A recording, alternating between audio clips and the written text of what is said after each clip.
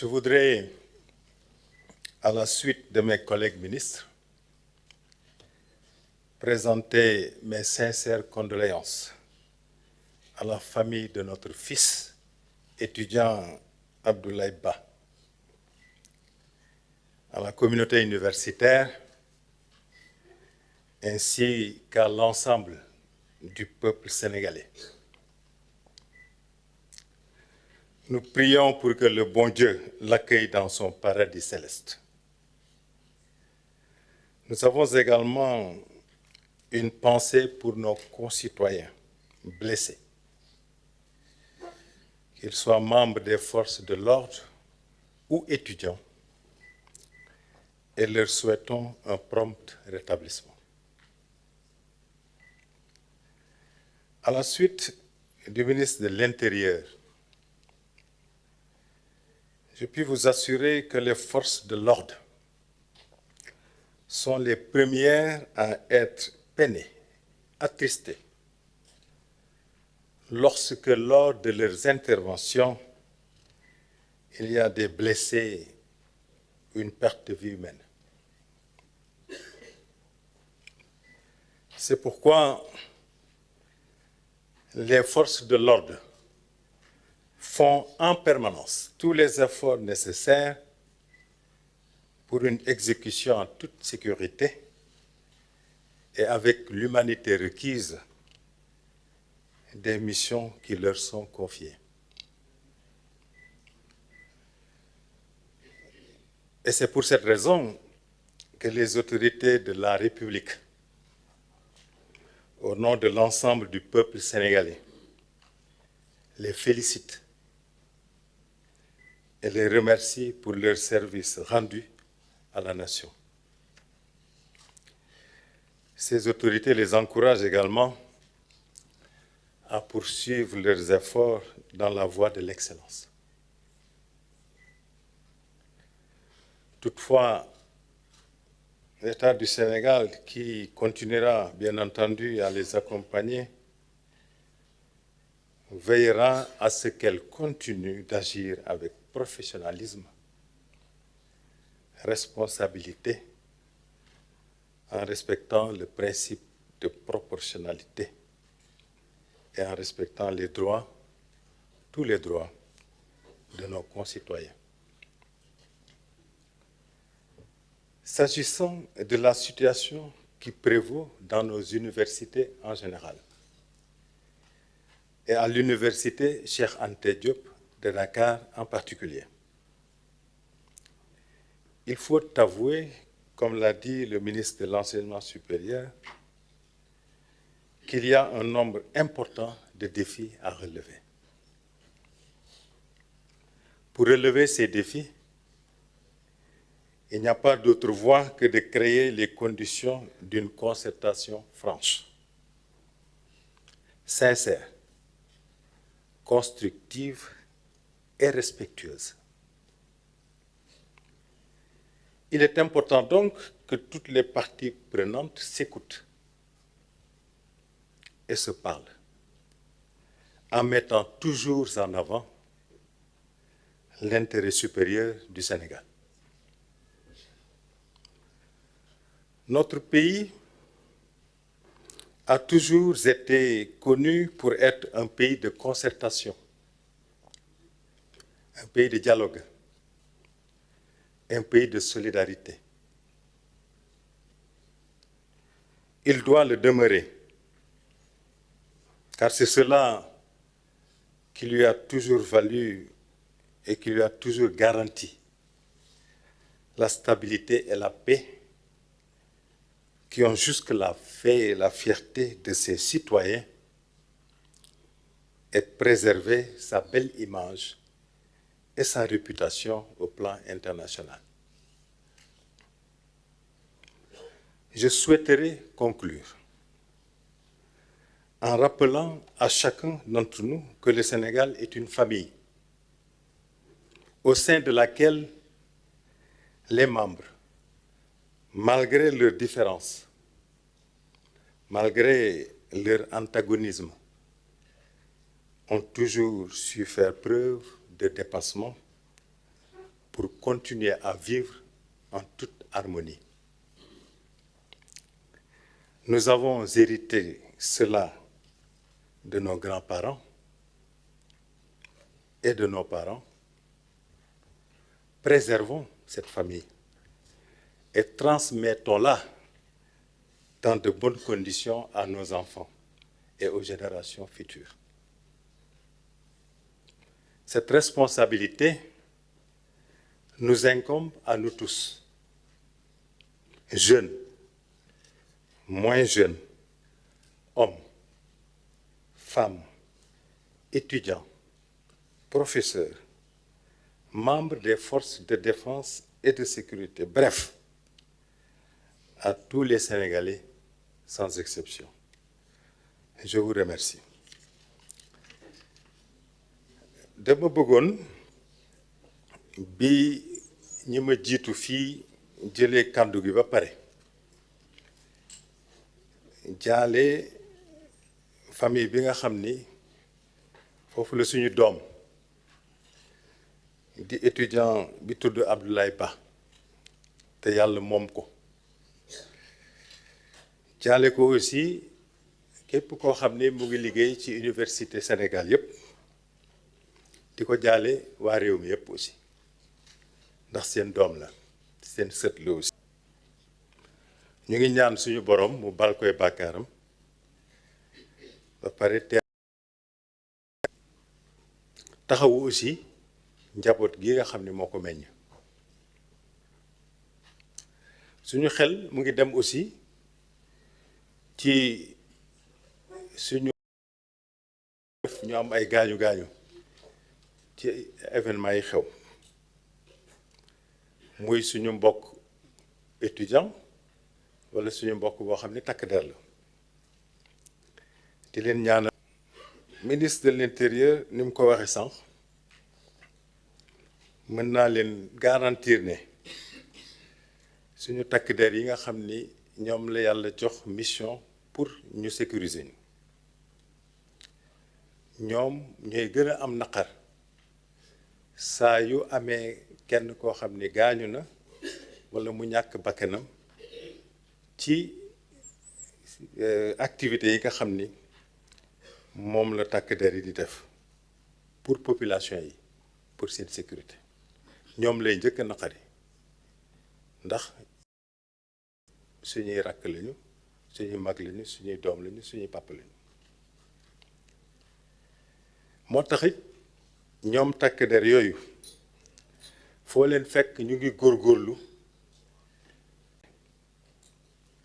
wante aussi ci yërmande ndax ñoom ñëpp xam nañ ni Sénégal benn bopp la ñëpp bokk ndey ak baay kilifa réew mi di leen sargal di leen encourager di leen féliciter ci turu Sénégal yëpp di leen ñaan ñu continuer pour que saa yi ñu leen yónnee mission ñu def ko te na mu gën a ware en toute sécurité lépp lu ñu def rek ci wàllu woowu ñu xeeb ko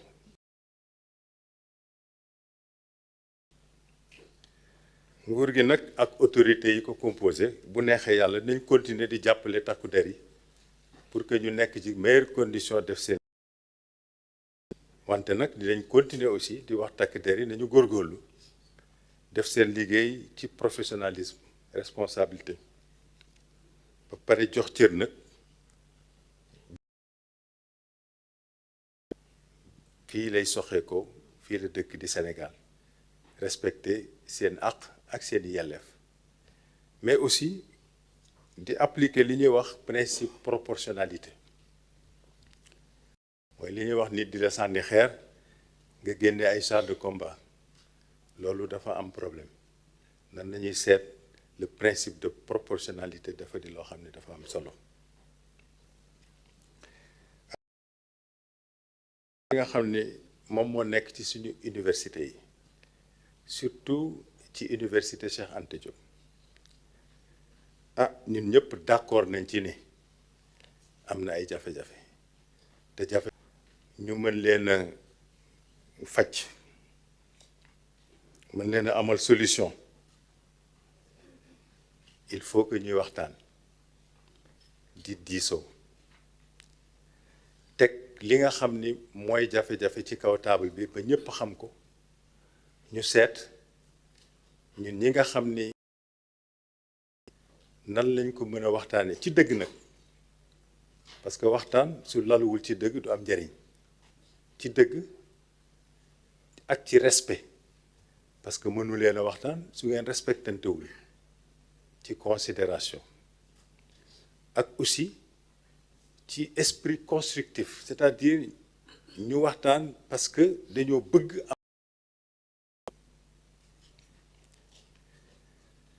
pour loolu il faut que ñëpp ñi nga xam ni ñoo seq waxtaan woowu ñuy dégloonte te loolu dafa xaw a doon loo xam ni daf fee manqué tuuti te suñu dégloontewul duñu mën a comprendrante te suñu comprendrantewul duñu mën a avancer donc il faut ñuy dégloonte ku nekk jox cër sa morom te loolu suñu koy def ñu jiital ci rek li nga xam ni mooy Sénégal ku ko xam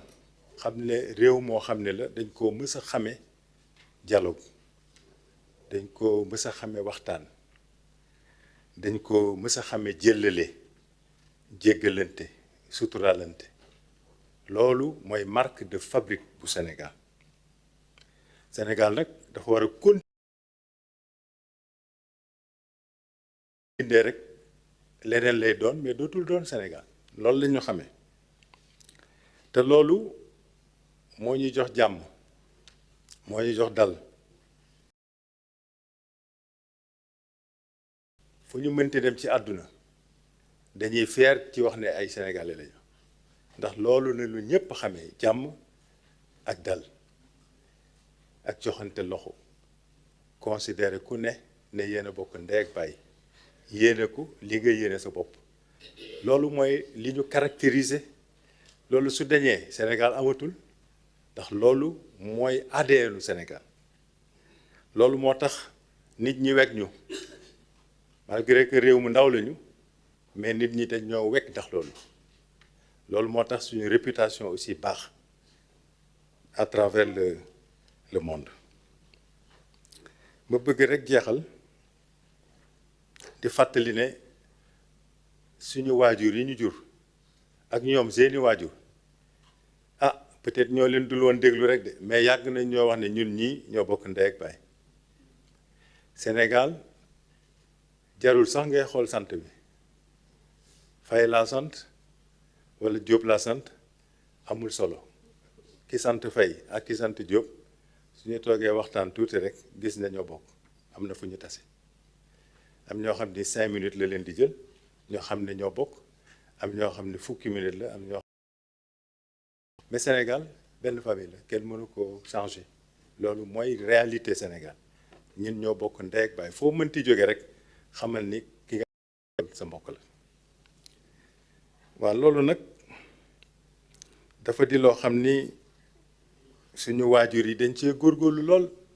pour mu mën a nekk ñoom it seeni waajur dañ cee góorgóorlu lool pour mu mën a nekk waaw suñ ñu bàyyee loolu ba ñu mën a vivre en paix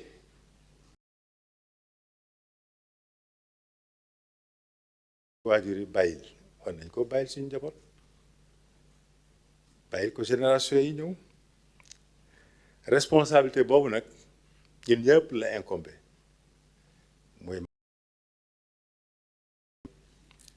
muy góor muy jigéen muy étudiant muy professeur muy takk der muy amul benn sénégalais boo xam ni yàlla joxu la boobu responsabilité nañ ci góorgóorlu nit ñi mënuñoo d'accord ci lépp wante mën nañoo fexe ba même suñu d'accordul ci lépp ñu créer les conditions d'une vie harmonieuse d'une vie pacifiée ñu xam ne Sénégal benn bopp la kenn mënu koo xar ñaar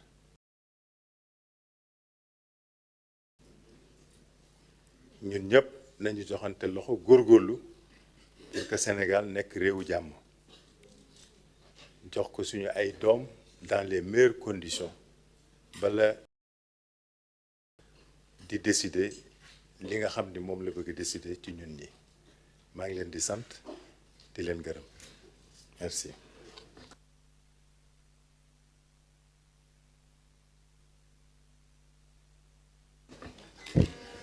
jërëjëf monsieur le ministre kon foog naa ni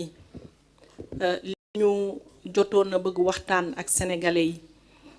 fii la ñu koy yamale waaye ma bëggoon rekk teg ci benn kàddu nguur gi nga xamante ni dañu ko fi teg ñi fi ne dañoo jaar fu metti ñu dund ko ak sénégalais yi ak sénégalais yi si fii donc foog naa ni bu fekkee am na ñu bëgg a def bu fekkee am na ñu bëgg Sénégal réussir nguur gi ñoo ci jiitu des fois nag mbir xew xel jaxasoo mbir yi doy